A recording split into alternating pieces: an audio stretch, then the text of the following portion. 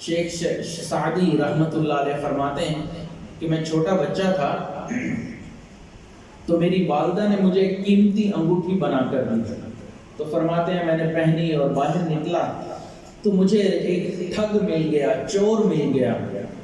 تو وہ سمجھ گیا کہ بچہ چھوٹا ہے، نادان نظر آتا ہے، انگوٹھی بہت قیمتی ہے، تو کسی طریقے سے اس سے انگوٹھی لے لی جائے.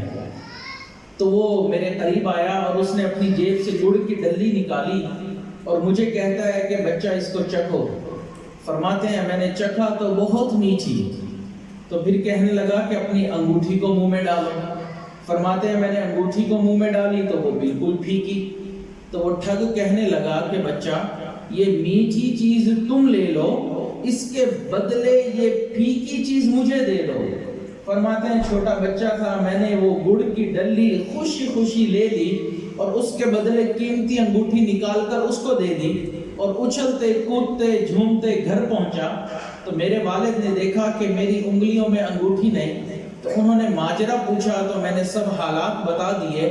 تو وہ فرمانے لگے کہ بیٹا یاد رکھو تمہارے ہاتھ میں جو انگوٹھی تھی وہ اتنی قیمتی تھی کہ اگر تم اس کو بیچتے تو کئی کلو گڑ تمہیں اس کے بدلے مل جاتا، لیکن تمہیں اس انگوٹھی کی قیمت کا اندازہ نہیں تھا، اس وجہ سے تم نے وہ قیمتی انگوٹھی ایک گڑ کی ڈلی کے بدلے میں اس ٹھگ کو دے دی.